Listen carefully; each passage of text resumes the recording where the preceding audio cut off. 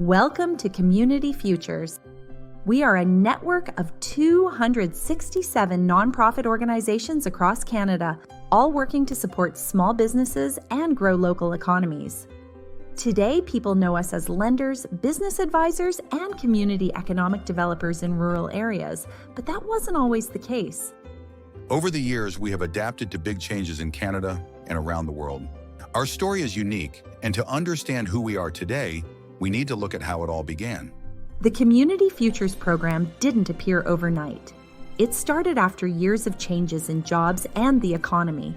In the 1940s, the Canadian government needed workers to keep the economy going during World War II. Later, they helped returning soldiers train for new jobs. For the first time, the government created programs to help Canadians earn a living. This included unemployment insurance, Canada Manpower, the Industrial Development Bank, and family allowances. Canadians began to expect government support in tough economic times. During World War II, women joined the workforce in record numbers, reaching 23%. After the war, they were encouraged to leave their jobs for returning soldiers. But things had changed. Over the next 20 years, more and more women entered the workforce, and they were there to stay. After the war, Canada's population grew quickly, immigration increased, and so did birth rates. In 1946, the birth rate was 3.01 children per woman. Within 10 years, it had climbed to 3.82. Unemployment also increased slightly. These changes set the stage for future challenges in the job market. The 1950s and 60s were times of growth. Families were big, incomes were rising, and a new middle class was forming. The government invested in transportation, schools, sports, culture, and new industries like electronics and aeronautics. People had extra money to spend on cars, vacations, and entertainment. Even during small economic downturns, the introduction of credit cards in 1968 helped families manage their budgets. The 1970s brought new challenges. Economic growth slowed, and gaps grew between richer and poorer areas. Birth control was widely used, lowering birth rates and leading to fewer workers in the future. Unemployment rose to 8.5%. Meanwhile, Canada looked to expand trade, strengthening economic ties with the United States. History shows us that economic changes in one decade affect future generations. Government programs to help people through hard times were still relatively new, but Canadians had come to rely on them. Now we arrive at the programs that led to Community Futures. The 1980s were a particularly challenging time for the Canadian economy. The baby boomer generation had reached working age along with the children of those who immigrated in record numbers following the war. Inflation reached 12.5% and jobs were scarce, with unemployment rates reaching 20% in some provinces.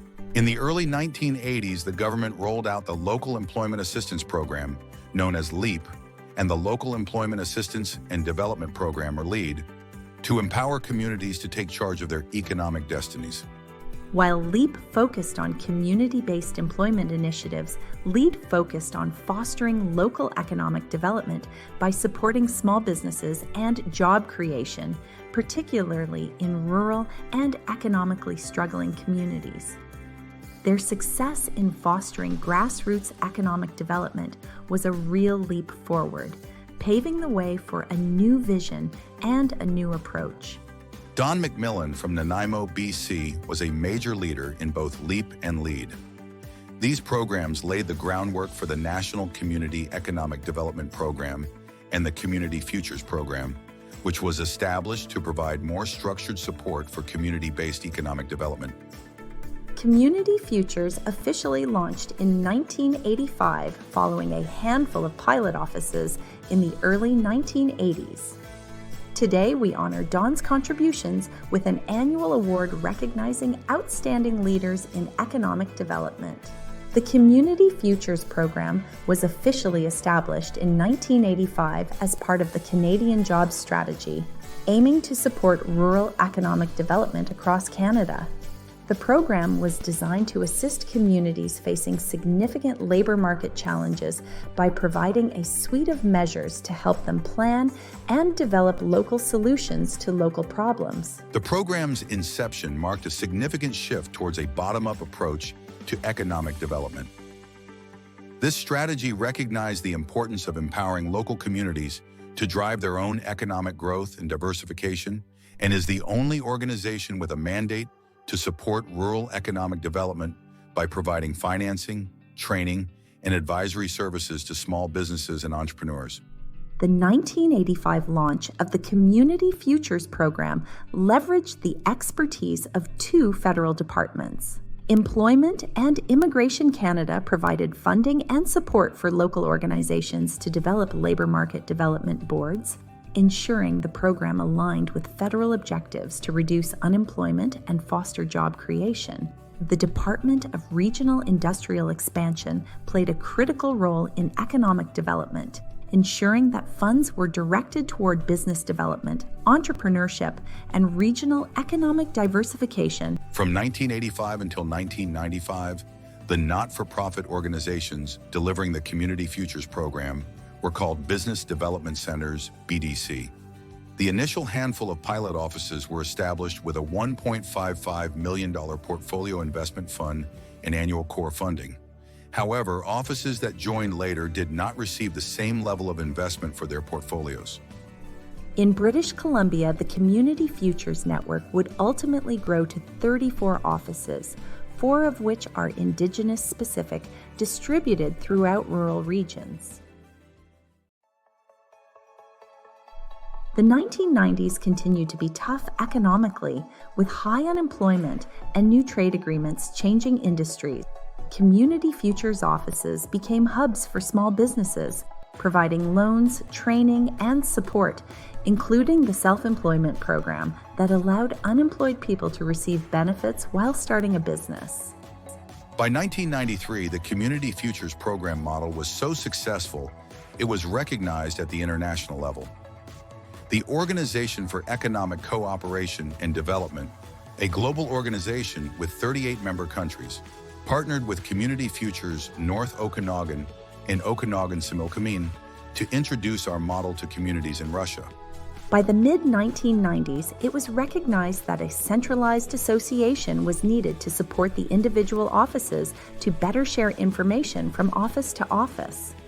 Provincial Community Futures Associations were opened and quickly became vital to the network. Their goal? To exchange ideas, share best practices, and amplify our collective voice.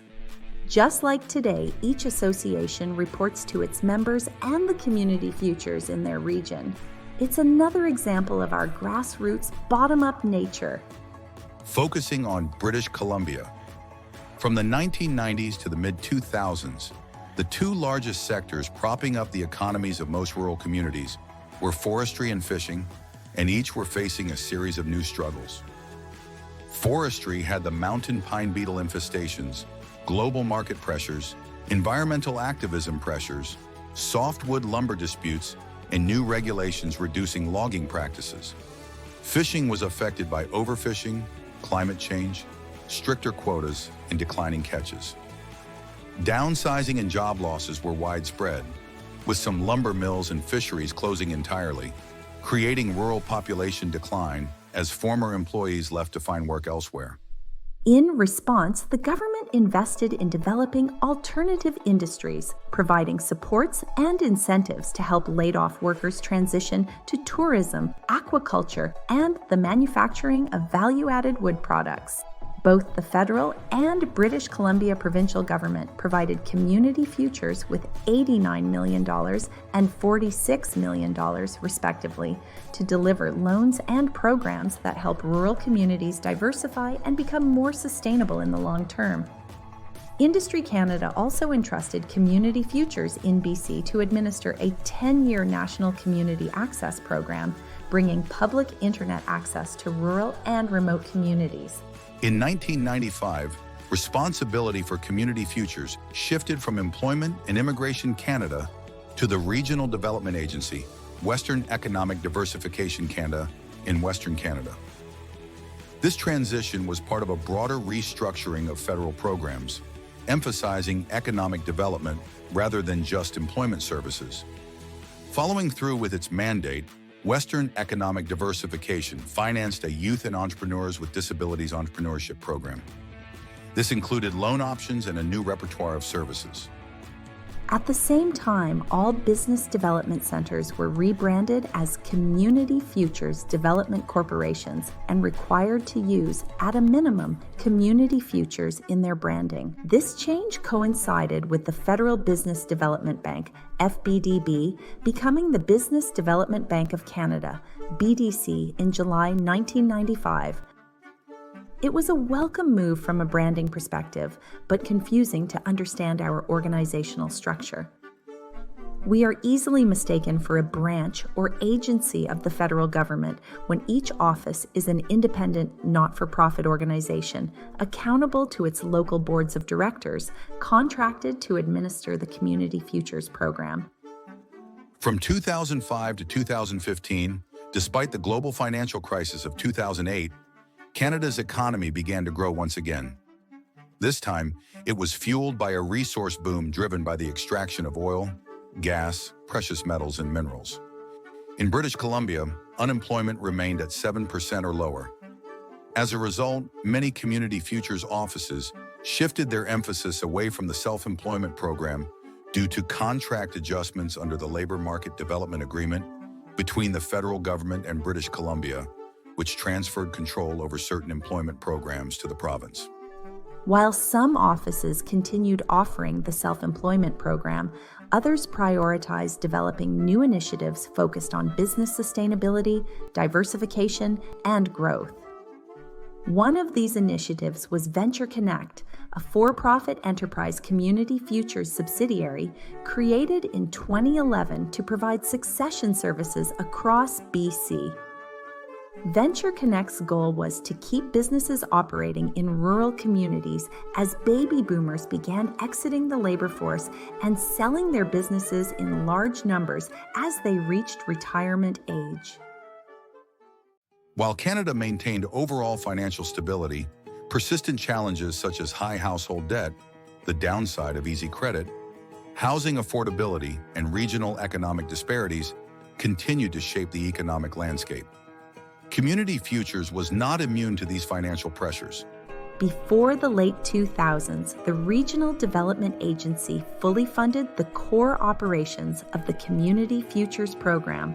However, with no increase in core CFP funding since that time, Community Futures organizations faced critical decisions. Some chose to streamline operations by cutting overhead costs and services to align with available resources.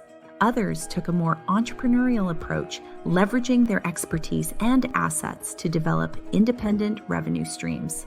These efforts not only helped sustain CFP services, but also allowed Community Futures to expand their role in fostering economic growth and resilience within their communities. It's important to note that, beyond CFP core funding, the RDA and CFs continue to collaborate on large-scale contracts to administer economic development initiatives that support community and government priorities.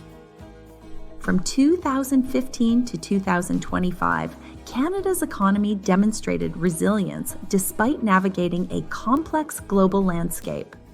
The country faced significant challenges, including a housing affordability crisis, trade uncertainties, labor market fluctuations, widespread labor and healthcare shortages, and climate-related disasters. However, strategic investments in economic diversification, technology, and environmental sustainability helped sustain economic stability. A bright spot was the launch of the Export Navigator pilot program in 2016 under Small Business BC. Its services supported hundreds of SMEs to expand and reach global markets for their goods and services. Community Futures was a working partner. The persistent labor shortage, set in motion decades earlier by shifting demographic trends, including the advent of birth control, has impacted both the public and private sectors. With unemployment remaining low at approximately 5 to 6%, businesses and industries continue to adapt to a shrinking workforce and evolving economic demands. During this time, British Columbia was defined by large-scale climate disasters, followed by the unprecedented challenges of a global pandemic. In 2017, wildfires devastated the Caribou region, and in 2018, severe flooding impacted the Boundary region. In response, Western Economic Diversification provided $6.8 million in emergency support to community futures offices, enabling them to assist affected businesses in their recovery. When the COVID-19 pandemic struck in 2020, technological advancements allowed CF offices to swiftly transition to remote operations, ensuring uninterrupted support for local businesses. Offices with sufficient portfolio capacity issued hundreds of thousands of dollars in emergency loans to struggling enterprises. Later, as the government launched the Regional Relief and Recovery Fund, CF was entrusted with administering relief loans, ultimately disbursing over $72.3 million to 2,267 businesses across British Columbia. In 2021, Western Economic Diversification was replaced by a new regional development agency, PacificCan. This was also a time when continued climate and economic events were disrupting many communities throughout BC, and by the summer of 2022, CFBC and PacificCan successfully negotiated a $5.6 million contract to provide business recovery and resiliency supports in impacted communities. In 2023, the Minister of Emergency Preparedness and Minister responsible for the PacificCan announced a $3.9 million investment for CFBC to provide essential economic development services to rural communities across the province. Starting a business today is far more complex than in the 1980s when the CFP began. Entrepreneurs now face climate change impacts, labor shortages, supply chain disruptions, foreign competition, and rising overhead costs. Meanwhile, rural communities strive for economic diversification, reduced barriers to participation, affordable housing, and less reliance on social services.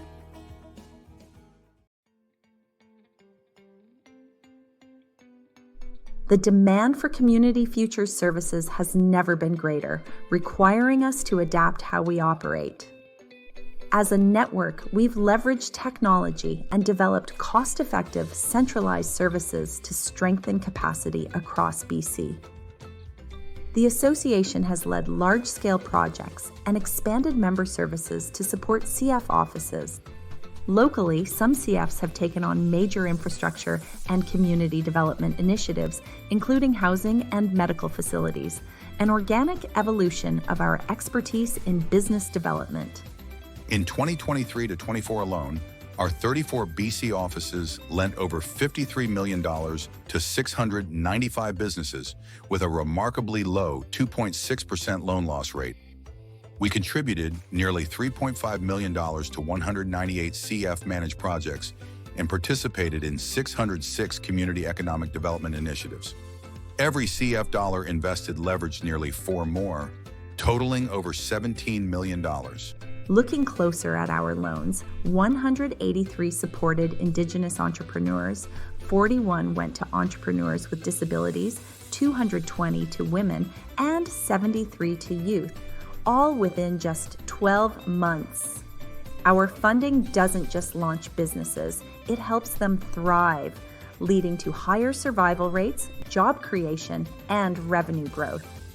This impact is driven by our dedicated team of 236 staff and 298 volunteers who generously contribute their time and expertise.